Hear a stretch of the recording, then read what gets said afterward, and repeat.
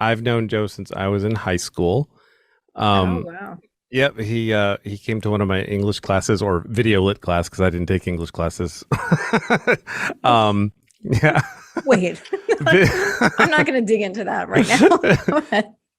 and my teacher recommended or actually assigned the book Shadow Child, which is a horror book. And my memory of it is kind of foggy, but the one scene that really stuck out with me was someone was killed by the Gentry, I believe is the name, and this is me remembering it from high school. So if I screw it up, let me know.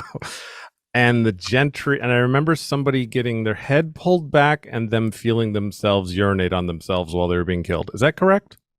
I don't remember. I was just about to ask that. You have such a large catalog. Do you remember what's in each of No, and as I get older, my random access memory is getting worse and worse. So someone will ask me questions that are just so obscure I don't even know the answers. And it's really not so much that I have a vast body of work, but I have a diminishing recall. I guess I can look that up for you, Jayson, if you want to recapture that scene. I don't remember the urinating part of it, but maybe. I mean, Yeah, it I stuck. might have written that. I wrote that a long time ago. That was published in 1986, I think, and I've gotten better since then. Oh yeah. Well, the weird thing was it had a picture of a clown on the cover then, which I don't remember there being a clown. Well, that was part of my introduction into the whole world of publishing and what a predatory group they are. The clown had nothing to do with my book. There was nothing in the book at all about a clown. That was going to be my guess. But you can put this together. Stephen King's book, It, was very popular at that time. I'm not sure if the first movie had been made by then or not, but clowns were in the horrific consciousness of everybody. So they just wanted to capitalize on that. It was a really sleazy thing to do. Had nothing to do with me, had nothing to do with Stephen King, had nothing to do with it or my book. And they put it on the cover. And I've been apologizing for it ever since. I was quite embarrassed by that. And that was my first published novel. So I wasn't off to a great start. Although the book sold tremendously. It sold about 100,000 copies. Wow. And it's still selling. A different publisher now, thank God. Different cover. And, did they take the clown off? No more clowns. Yeah, they got rid of the clown. They exorcised it. But it's I don't know if I've got it handy or not. Oh, I should have brought mine's packed away because we're moving, but I have a signed copy. Yeah, well, no, I don't want to give that particular one any publicity. Oh, right. I'm trying to see if it's become something of a collector's item, I understand, but hang on. Yeah, no problem.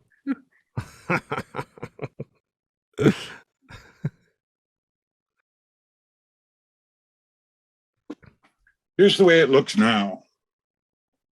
Okay, Nice. that looks more like it probably goes with the story. And that picture's from a place in Vermont, right? Yeah. There are a bunch of these around the state, these weird stone buildings. And this book is actually probably the final edition of this book. And it's a good way to, I can't really hold it up in such a way that it doesn't. It looks good. I see. Yeah, I can see it. Yeah. But, I'll throw a picture up when I edit it. Okay. And it's illustrated. The cover and in the interior illustrations are all done by this wonderful Vermont artist named Corey Furman.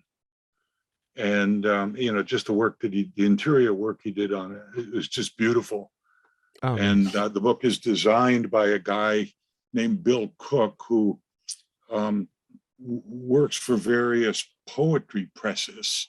So this is a little bit out of the ordinary for him, but he did a beautiful job on the book. So it's the book that I've always wanted to have, but it's not the book that sold 100,000 copies either. So because that publisher knew that somebody was going to pick it up because of that clown, even though it had nothing to do with it.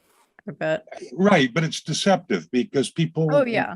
wanted to read more about spooky clowns, and so I don't know. I don't know. Here it is, 30 years later, and I'm still pissed off about it.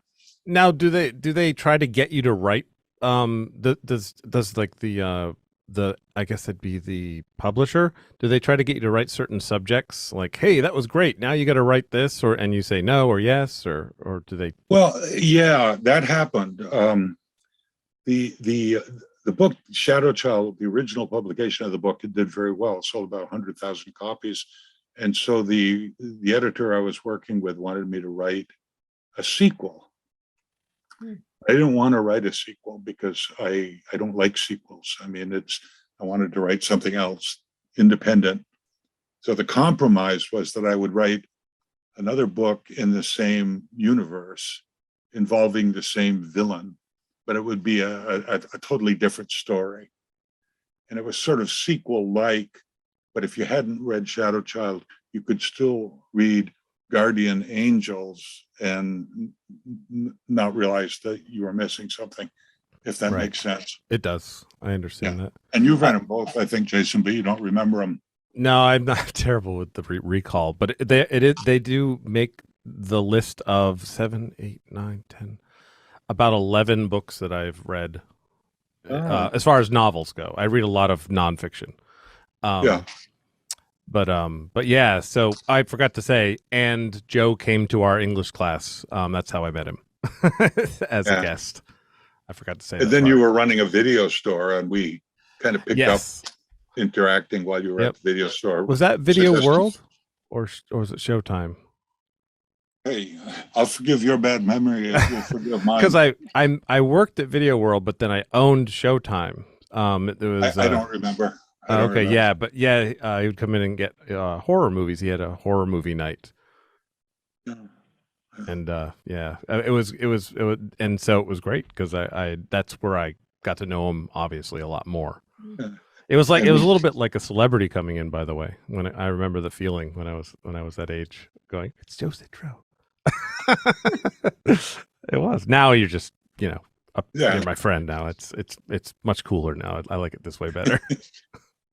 Then it was just I was in awe of a novelist that I don't even read.